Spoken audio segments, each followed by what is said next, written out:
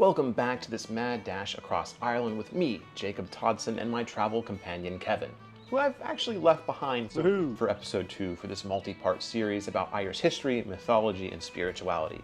In this episode, I take you with me in a very small fairy grove located just north of Dublin and share with you some of the lore and history around fairy belief in the Emerald Isles. In case you don't know what the series is about, it's just started. This is episode 2, and we're taking you across Ireland to show you various different locations, interviews, and stories about Irish history and spirituality, all to answer this question of what is the spirit of Ireland. This entire road trip is going to take about 2 weeks, and it's going to be released over a series of videos, about 9 episodes. And all of this is leading to a really giant episode filmed about the Fire Festival, the Ishnach, the largest fire festival in Ireland.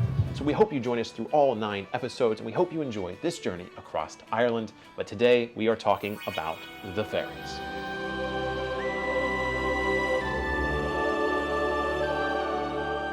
Fairies are something I've been talking about for the last few years, or house spirits, or elves, or brownies, whatever you want to call them. Fae, the fairy folk, the fair folk. It's something that is very universal across pagan cultures, and it's something that was really steadfast during the conversion periods.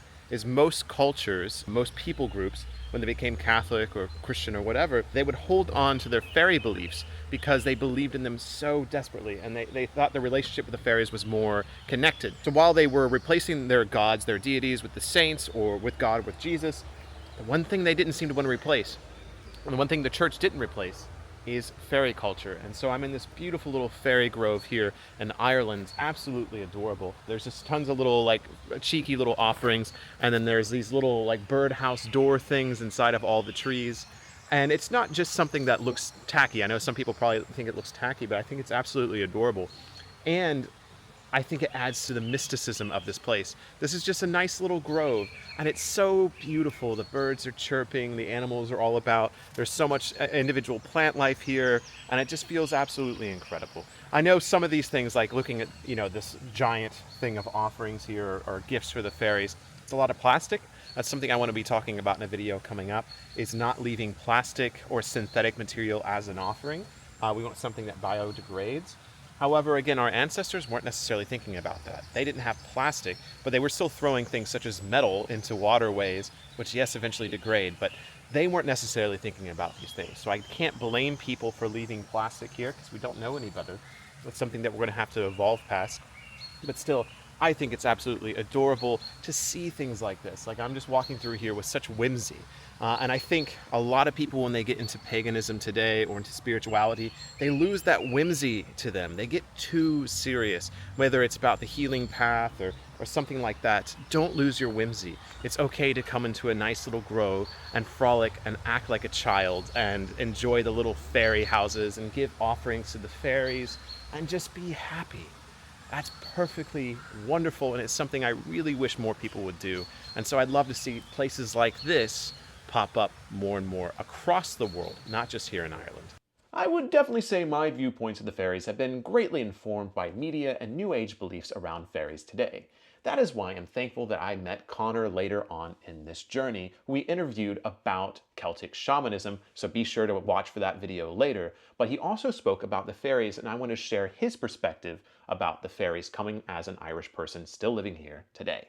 Our notion of the fairies were, in general, not this happy-go-lucky, beautiful, little, dwarves running around the place or whatnot. It was actually, historically, the old people in Ireland believed, like a lot of what we deem as the spirit of the land, where you didn't mess with them. These were not, you didn't, could you come across them? Yeah, but you definitely were not, if you interfered, terrible things could happen. You could even die. There's many stories of people that have come across, especially at night time, or especially around these places. You did not mess with these kind of forts and these stone circles, hawthorn trees, which are called fairy bushes, because it was just an acknowledgement that there was something greater than us. So that's probably a tentacle of our spiritual heritage, is the fairies and the spirits of the land, because they would say that comes from, in terms of our Irish Celtic pantheon of gods, it's the Tuatha Dé Danann that would have said to have been our descendants would have been the sons of Mill. The Malaysians came here when they 799 they took over Ireland and beat the Tuatha Dé Danann. They didn't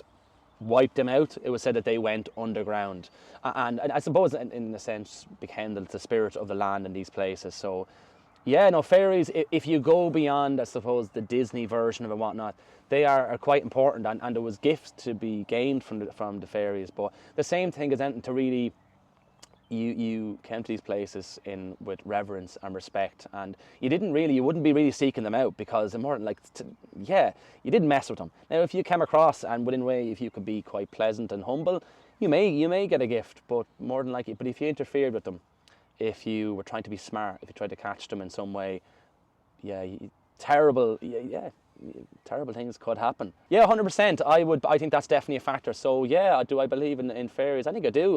That's the stories I tell my son now, even in a literal sense, when we come here to honour the aspects of that.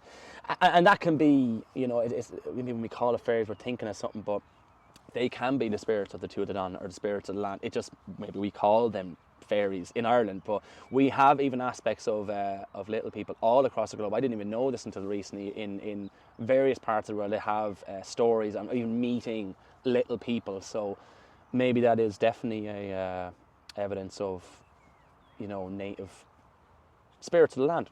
Yeah, spirits of the forest and whatnot. But yeah. So I am a believer. Yeah, for sure. Yeah. As both Connor and I have said, fairy lore and belief is something that transcends borders and cultures. Nearly every global mythology has some understanding and practice around the hidden people of the world.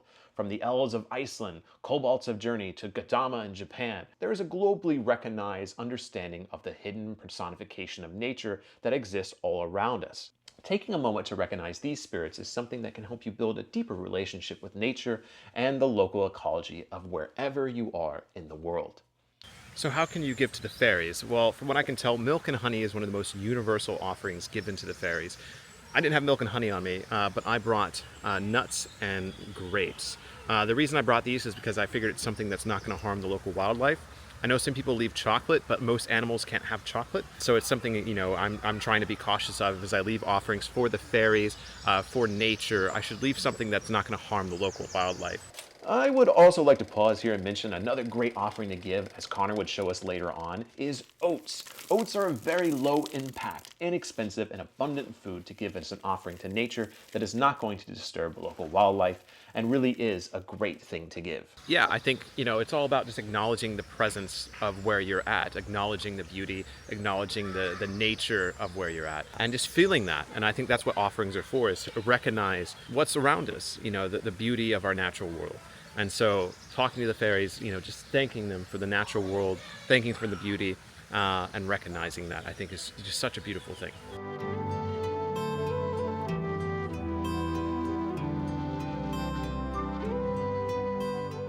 Thank you so much for joining us for this video discussing fairies and fairy lore. Don't forget to subscribe to this channel to stay up to date on this road trip across Ireland. Coming up, we discuss the Irish language and its importance to the understanding of the mythology of the land. And if you liked what Connor had to say, this week he's going to be in a few more videos along the way, so be sure to stay tuned for all upcoming adventures across Ireland. And also, don't forget to honor the hidden people that exist all around us still today.